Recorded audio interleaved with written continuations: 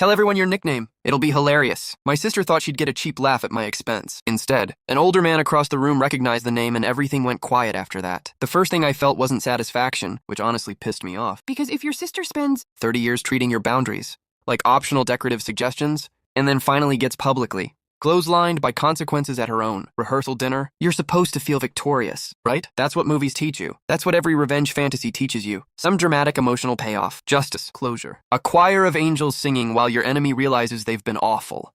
Instead, I woke up at 6 in the morning, feeling like someone had stuffed gravel into my bloodstream, just exhausted. Just staring at the ugly hotel ceiling, wondering why family has the unique ability to make grown adults feel 16 years old again. I was lying there replaying the entire dinner for the 50th time, not because I wanted to. My brain is basically a raccoon digging through emotional garbage at 3 in the morning. It finds the worst possible memory and starts chewing on it. Very healthy system. Highly recommend. I kept seeing Brianna standing there with that champagne glass, that smile, that stupid smile. God, you know the one. The smile people wear when they've already decided they're winning, before the game even starts. The smile of someone who thinks reality works for them personally. Like she's got customer service privileges with the universe. Meanwhile, I'm over here, getting emotionally body slammed by basic human interaction. Love that for me. The phone buzzed on the nightstand. I looked. Brianna. 3 unread messages. I didn't open them. Not immediately. I already knew the vibe. When you've known someone your entire life, you develop a sixth sense for their nonsense. It's like emotional weather forecasting. Low pressure system approaching. Chance of manipulation 70%. Possible gaslighting by noon. The messages sat there glowing. I ignored them, then checked them 30 seconds later, because apparently self-control is something other people possess. The first one said, "You embarrassed me." The second, "I hope you're happy." The third, "Mom is upset." Ah, there it was. The holy trinity. Victim. Guilt. Mom. The family combo meal. Extra fries. No drink included because you're already choking. I laughed. Actually laughed. Not because it was funny. Because sometimes the alternative is putting your head through drywall. You know what's wild? Not once. Not once. Did she say she was sorry? Not a single word. Not one microscopic molecule of accountability. The woman could trip somebody down a staircase and somehow end up discussing how difficult the experience had been for her. Olympic-level talent. Generational achievement. If manipulation were a varsity sport, she'd have sponsorship deals. I tossed the phone aside, tried to calm down, failed spectacularly. The problem wasn't the rehearsal dinner. Not really. That was just the latest episode. The season finale of 30 years of accumulated nonsense. The real problem was that Frank had accidentally detonated the family mythology. That's what nobody understood. Not even Brianna. Not yet. The joke wasn't what mattered. The audience wasn't what mattered. Frank wasn't what mattered. The problem was, somebody had finally looked at our family dynamic and said it out loud. Apologize. One word. That's all it took, because nobody had ever done that before. Nobody. Not teachers. Not relatives. Not mom. Definitely not dad before he bailed. Everybody always found reasons. Explanations. Context. Excuses wrapped in pretty paper. Brianna didn't mean it. Brianna is stressed. Brianna gets emotional. Brianna was joking. Brianna didn't know better. It's amazing how many people mistake explanations for absolution. Seriously. By that logic, every serial killer should have a TED Talk. I rolled out of bed, started making coffee using the tiny hotel machine. The machine sounded like it was actively dying, which felt relatable. The coffee tasted like burnt sadness. Also relatable. I was standing by the window when I saw movement in the courtyard. Frank, walking slowly along the fountain path, hands in his pockets, morning sunlight hitting his white hair. The man moved like somebody who'd spent decades carrying responsibility. Not dramatic responsibility, not movie responsibility, real responsibility. The kind that leaves permanent grooves in people. I watched him for a minute, then another. Something about him felt familiar. Not personally. Emotionally, like every senior enlisted leader I'd ever trusted. The ones who didn't need to yell, because they'd already survived enough things to make yelling unnecessary. The people who could walk into chaos and somehow lower the temperature by existing. Meanwhile, I lower the temperature by leaving. Different leadership styles, both valid. My phone buzzed again. I checked it. Mom? Of course. Who else? The patron saint of keeping the peace, the woman who would witness a murder and immediately ask if everyone could maybe see both sides. I stared at the screen, then answered, which was my first mistake. The call started with silence, never a good sign. Silence from Mom meant emotional explosives were being assembled, carefully, lovingly, with instructions. Finally, she sighed, and immediately I knew where this was going. Not because she's predictable, because she's reliable, like gravity, or taxes, or emotional disappointment. Some forces of nature simply endure. She started talking softly, carefully. The voice she'd used my entire life whenever she wanted me to surrender first. Not because I was wrong, because I was easier. That's the thing nobody tells you. The reasonable child gets punished for being reasonable. The difficult child gets accommodated because everyone is tired. So eventually the responsible kid becomes the designated emotional janitor, cleaning up messes they didn't make, managing crises they didn't create, carrying burdens nobody assigned but everybody expects. It's basically family communism. Everybody contributes. One person does all the work. Fantastic system. 10 out of 10. Would absolutely not recommend. By the time the call ended, I felt worse. Not because Mom had yelled. She never yelled. That would require choosing a side. Instead, she'd done something much more effective. She'd reminded me that Brianna was hurting, that it was her wedding day, that emotions were running high, that families should stick together. Amazing. Incredible. Truly groundbreaking information. Hadn't considered any of those factors. I hung up, stared at the wall, then laughed again. Because suddenly I understood something. For the first time in my life, nobody was actually asking me to forgive Brianna. They were asking me to resume my assigned position. The role, the function, the family job. Monica absorbs impact. Monica keeps things moving. Monica lets it go. Monica makes everybody comfortable. And somewhere between the rehearsal dinner and this morning, something had snapped. Not dramatically, not angrily, just permanently, like a cable finally reaching its weight limit. I wasn't angry anymore. That was the weird part. I was done, and apparently being done terrified everybody, especially Brianna, because for the first time in our lives, the room wasn't moving around her anymore, and neither was I. I left the hotel room before anybody could find me. Not because I was avoiding people. Okay. Partly because I was avoiding people. Human beings are exhausting before coffee. Wedding human beings are exhausting after coffee. I needed air, distance, a temporary restraining order against everybody's emotions. The hotel sat near a river that cut through town. Nothing dramatic, just one of those quiet, Midwestern rivers that looked like it had accepted its fate decades ago. Same. I bought coffee from a little shop near the water. The girl behind the counter had purple hair and visible contempt for civilization. Instant respect. She handed me my drink without smiling. Queen behavior. Protect your peace. I sat outside. Watched sunlight crawl across the river. Tried not to think. Failed immediately. Because my brain has never met a peaceful moment it couldn't vandalize. I was halfway through the coffee when somebody sat down across from me. I looked up. Dererick. Fantastic. Exactly what I needed. The groom. The human embodiment of complicated timing. He looked rough. Not drunk rough. Existential rough. The kind of face people make when reality sends an unexpected invoice. Neither of us spoke at first, which honestly made me like him more. Some people weaponize silence. Others know how to sit in it. Important distinction. Eventually, he rubbed his face. Looked out toward the river. Still didn't say anything. Then he pulled out his phone. Turned the screen toward me. A document. Wedding budget spreadsheet. Rows. Columns. Color coding. Tabs. The woman had created military-grade wedding infrastructure. There were categories inside categories. Subcategories. Contingency planning. Backup contingency planning. I think NASA launches involve less preparation. I stared. Dererick stared. The river stared. Everybody stared. Finally, he pointed at one section. 3 months ago, venue adjustment, floral redesign, guest seating revision. Another revision. Another revision. Another. I kept scrolling. The revisions never ended. Like a horror movie where the monster keeps getting back up. He took the phone back, shoved it into his pocket. Then he laughed. One short, exhausted laugh. The sound somebody makes when they accidentally discover they're living inside a documentary. Not a happy documentary either. The kind narrated by a British guy describing ecosystem collapse. I didn't ask questions. He volunteered them anyway. Apparently the wedding wasn't the first thing being managed. Everything was being managed. Friendships, family, work events, vacations, birthdays, every social interaction, every gathering, every environment, everything calibrated, adjusted, edited, optimized. I felt a weird little chill, because suddenly I wasn't looking at Brianna the sister. I was looking at Brianna the architect, and apparently she'd been redesigning reality for years. No wonder she was exhausted. That sounds miserable. Imagine waking up every day believing it's your responsibility to control every outcome, every impression, every opinion, every room. I'd rather fight a shark. At least sharks are honest. A shark never pretends it's networking. Dererick finally stood, finished with whatever emotional inventory he'd been conducting. Then he surprised me. He smiled. Not fake, not strained. Actual amusement. Like he'd discovered something absurd, which to be fair he had, I think. He said quietly, mostly to himself. I've spent 3 years dating a project manager. Then he walked away, and I sat there laughing into my coffee. Because that was somehow the funniest thing I'd heard all weekend. Not because it was cruel, because it was accurate. Accuracy is comedy's dangerous cousin. The day moved fast after that. Hair appointments, photographers, transportation schedules. People carrying flowers like they were transporting nuclear material. The bridal suite looked like a cosmetics store had exploded. Every surface covered. Sprays, brushes, powders, creams. Tiny mysterious bottles costing more than my monthly electric bill. Wedding economics are criminal. Let's discuss that. Actually, no. Let's not. I'll get angry. One financial crisis at a time. I was standing near the mirror, pinning part of my hair back when Tessa appeared beside me. She looked haunted, like somebody who accidentally became a witness in a federal investigation. Poor woman. She caught my eye in the mirror. Winced immediately, which was honestly fair. If I had accidentally detonated a rehearsal dinner with one sentence, I'd probably move to another state, maybe another continent. Antarctica looked peaceful. Eventually she sighed, hard. The sigh of someone surrendering. Then she dropped into a chair, buried her face in both hands, and started laughing. Full breakdown laughter. The dangerous kind. The kind right before tears. I watched. Concerned. Amused.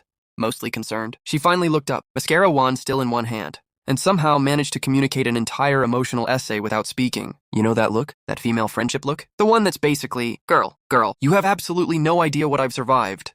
I immediately knew something ridiculous had happened, because weddings create absurdity the way oceans create waves. It's automatic. Apparently, during the previous 6 months, Brianna had maintained a shared wedding planning group chat. Normal. Reasonable. Except the chat contained 87 separate pinned messages. 87. I need everyone to appreciate this number. 87. That's not a group chat. That's corporate onboarding. That's a hostage situation with notifications enabled. Tessa showed me screenshots. My God. Color-coded instructions. Emergency backup plans. Detailed diagrams. Minute-by-minute schedules. I half expected to find evacuation routes. Maybe airstrike procedures. The woman had essentially attempted to command a civilian operation using the organizational structure of a small nation. And suddenly something clicked. Something huge. Something I hadn't seen before. Brianna wasn't calm because life went smoothly. Life went smoothly because Brianna never stopped working. Never stopped organizing. Never stopped anticipating. Never stopped adjusting. The entire machine ran because she was underneath it, constantly tightening bolts. That didn't excuse anything. Not remotely, but it changed the shape of it. Because monsters are easy. People are harder. People come with explanations. Damage. History. Blind spots. The worst realization of adulthood is discovering. Most villains are just exhausted people making bad decisions, which is incredibly annoying. I preferred cartoons. Cartoons have standards. By late afternoon, we arrived at the venue. Guests were already gathering. Music floated through the gardens. Sunlight everywhere. Flowers everywhere. Money everywhere. Enough floral arrangements to establish diplomatic relations. I was helping direct relatives towards seating when I spotted Frank. Alone. Standing near the edge of the property, looking out over the hills, not participating, just observing, like he'd spent his entire life watching situations unfold before stepping into them. I almost walked over, then stopped, because something caught my eye. Brianna, walking toward him, by herself. No audience, no bridesmaids, no family, just her. For a second I considered eavesdropping, then remembered I was 32 years old, not 12. Personal growth. Disgusting. They talked for several minutes, too far away for words, close enough for body language. Frank barely moved. Brianna did. Hands moving, head lowering, looking away, looking back, listening. Actually listening. Weirdly enough, that was the moment I became nervous. Not for the wedding, for her, because something real was happening, and real things are terrifying. Performance is easy. Scripts are easy. Control is easy. Standing still while somebody tells you the truth, that's combat. Eventually, Frank nodded once, touched her shoulder, then walked away. Brianna remained where she was, alone, watching the horizon. For the first time all weekend, she wasn't managing anything, wasn't directing anything, wasn't fixing anything. She was just standing there. And I had the strangest feeling, like the person I'd spent my entire life fighting wasn't actually the one I'd grown up with, like I'd been arguing with armor, and somebody had finally convinced her to take it off. The ceremony was starting in 20 minutes, and suddenly I had absolutely no idea what was going to happen next. The wedding itself went fine, almost suspiciously fine. You ever have one of those days where you're waiting for disaster so long that the absence of disaster becomes suspicious? That's how the ceremony felt. Every time a chair squeaked, I thought, here we go. Every time somebody stood up suddenly, I thought, ah yes, this is the collapse. The beginning of the documentary, the Netflix voiceover, the dramatic reenactments.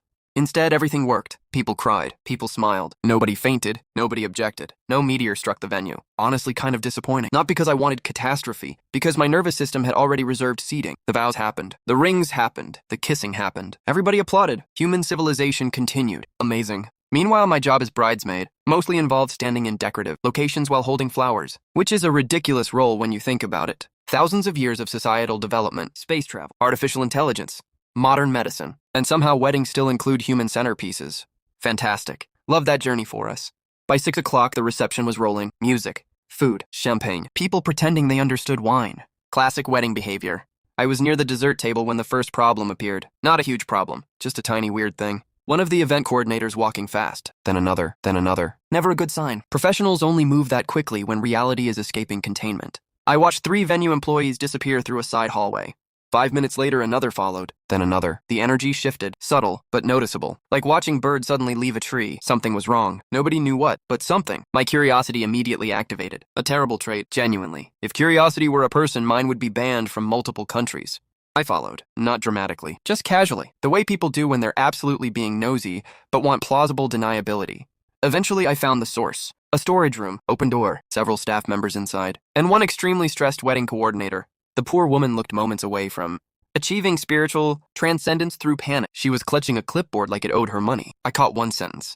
The memory box. Everybody froze, including me. The memory box? What the hell was a memory box? Sounds fake. Sounds like something Hallmark invented to sell decorative sadness. Apparently not. Apparently it was important. Very important. Critical, actually. The coordinator looked like she might pass out. I slipped away before anyone noticed me lurking. Because unlike curiosity, I still possessed survival instincts. Barely. A little later, I found Tessa. Huge mistake. Tessa always knows things. People who know things become irresistible during mysteries. It's basic science. Sure enough, she immediately informed me. The memory box. Right. Apparently, Brianna and Derek had spent months collecting letters, photos, notes, small keepsakes from friends and family. everything sealed inside an antique wooden box. The plan was to open it during a private anniversary dinner years later. Very sentimental, very romantic, very expensive looking, and now it was gone. Gone. Missing. Vanished. Poof! Wedding magic. Fantastic. Because apparently no major family event is complete without a side quest. For the next hour, nobody said anything publicly. Professionals worked behind the scenes. Guests kept dancing. The band kept playing. The illusion remained intact. But beneath the surface, absolute chaos. I could feel it. Staff moving faster, family members whispering, people checking storage areas, bathrooms, vehicles, closets. Every location suddenly becoming a suspect. The weirdest part? Brianna wasn't involved. At all. She didn't know. Nobody had told her. Because apparently, the entire venue had collectively decided that informing the bride her sentimental time capsule had disappeared might negatively impact the atmosphere. Groundbreaking insight. I ended up outside near the parking area grabbing air, and that's where I saw something. A little girl, maybe 8 years old, flower girl age, sitting on a curb, crying. Not dramatic crying. The quiet kind, which honestly hits harder. Big emotional displays are one thing. Silent devastation. That stuff sneaks up on you. I recognized her vaguely. One of Derek's younger cousins. She was clutching something against her chest. A notebook, covered in stickers. I sat beside her, carefully, like approaching a frightened animal, or an internet commenter, both equally unpredictable. She kept staring at the ground. Eventually, I noticed glitter everywhere. On her dress, on her shoes, on her notebook. A ridiculous amount of glitter. Enough glitter to legally qualify as environmental contamination. Then I noticed something else. Wood dust. Tiny fragments stuck to her sleeves. Interesting. Very interesting. My brain immediately connected dots. Probably incorrectly, but confidently, which is basically my personality. I glanced at the notebook, then at her, then at the notebook again. Something felt off. Like she was guarding it, not holding it. Guarding it. Different energy. Minutes passed. Finally she stood, started walking, then stopped, turned around, looked directly at me, and held out a folded piece of paper. No explanation, no warning. Just handed it over, then sprinted away. Children are insane. Tiny, unpredictable cryptids. You can't convince me otherwise. I unfolded the paper. One sentence, written in pencil. Terrible handwriting. Like the alphabet had been through an earthquake. It read, I didn't mean to break it. Oh no. Now we had a mystery. My favorite, and also my least favorite. I immediately went looking for the coordinator. Found her near the kitchen. Showed her the note. Watched every remaining drop of color leave her face. Excellent. Exactly the reaction you want. The universal expression for, this situation has somehow become significantly worse. Within minutes, several staff members quietly disappeared again, searching, investigating, trying to locate whatever disaster had occurred. The reception continued around us, completely unaware, people dancing, laughing, drinking. Meanwhile, an entire covert operation was unfolding behind the curtain. Honestly, weddings are just espionage events with cake. The search lasted almost 40 minutes. Then finally, movement. One coordinator running. Actually running, another behind her, both heading toward the rear garden. I followed because apparently learning lessons is not one of my gifts. What I found made me stop cold. Behind a decorative hedge sat the missing memory box, or what remained of it. The antique wood had split, one side cracked open. Photos scattered everywhere, letters spilling across the grass. A sentimental disaster zone. And kneeling beside it was Brianna, not crying, not panicking, not melting down, just gathering photographs one by one, carefully, quietly. The little cousin stood beside her, tears streaming, completely wrecked. And suddenly I understood. The kid had found the box, tried opening it, dropped it, broken it, then hidden it. Classic child logic. Destroy evidence, become invisible, retire under a new identity. Understandable strategy. What surprised me wasn't the accident. Kids break things. Gravity remains undefeated. What surprised me was Brianna, because she wasn't angry at all. She was comforting the girl, actually comforting her. Picking up photographs, showing her old pictures, pointing at people, smiling. The kid slowly calming down. I stood there watching, confused. Not because kindness was impossible, because it was effortless. No audience, no performance, no spotlight. Nobody even knew they were there. And for the first time all weekend, I wasn't seeing somebody trying to manage a room. I was seeing somebody trying to protect another person from shame. The reception lights glowed behind them. Music drifted through the evening air, and something quietly rearranged itself inside my head. Not forgiveness, not yet. Something smaller, more dangerous, perspective. And trust me, perspective is terrifying, because once you get it, you can't unknow it, and suddenly the story you've been telling yourself becomes a lot more complicated. The weird thing? The wedding didn't end with some giant emotional breakthrough. No dramatic speech, no cinematic reconciliation, no magical family healing montage set to acoustic guitar, thank God. Real life isn't that organized. The reception kept moving, the band kept playing, people kept getting progressively more confident about their dancing abilities. Alcohol is fascinating. Turns accountants into breakdancers. Brianna and the little girl eventually came back inside. Nobody knew what happened. The broken memory box became one of those behind-the-scenes disasters weddings are built on. The guests never found out. The photos got saved. The letters got saved. Crisis contained. Humanity survives another day. I was grabbing a drink when Frank appeared beside me. No warning. The man moved like a retired Navy ghost. 1 second absent. Next second standing there. Terrifying skill, he looked toward the dance floor. Brianna was dancing with Derek, laughing. Actually laughing, not performing, not hosting. Just existing. Frank watched for a second, then nodded once, like he confirmed something. What? I asked. He shrugged. Nothing. Old people love doing that, dropping mysterious statements, then immediately refusing to elaborate. It's emotional clickbait. I hate it. He smirked, which somehow made it worse. A few minutes later, he wandered off, leaving me alone with my thoughts. Rude. The night kept rolling. Cake disappeared. Music got louder. Shoes started coming off. Always the beginning of the end. Civilization peaks at formal wear, then collapses barefoot. Around 10:30, I slipped outside. Needed air, needed quiet, needed a temporary vacation from humanity. The garden was mostly empty, just string lights, crickets, distant music. I sat on a stone bench near the fountain and found something sitting beside me. A photograph. One of the missing photographs. Must have fallen from the box earlier. Nobody noticed. I picked it up. Old picture. Really old? The edges were yellowing. In the photo were 2 little girls. One missing her front teeth, one covered in mud, both laughing so hard they looked blurry. Me and Brianna, summer of 2001, the year we tried building a treehouse and accidentally dropped half a toolbox into a creek. Mom had been furious. We'd laughed for days. I stared at the photo and suddenly remembered something. Not a big memory, just a tiny one. We'd spent 3 hours searching for a lost hammer. 3 hours. Absolute obsession. The hammer turned out to be in Brianna's backpack the entire time. She'd forgotten she'd picked it up. Classic. Even then, even as kids. Chaos. I laughed, actually laughed, then folded the photo carefully, slipped it into my pocket. A minute later, my phone buzzed. Text from Brianna. Just 1 sentence. No essay, no drama, no emotional hostage negotiation. Just, found one missing picture yet? I stared at the screen, then looked down at the photo, then back at the phone. A second text arrived. Don't worry, I won't make a speech about it, smartass.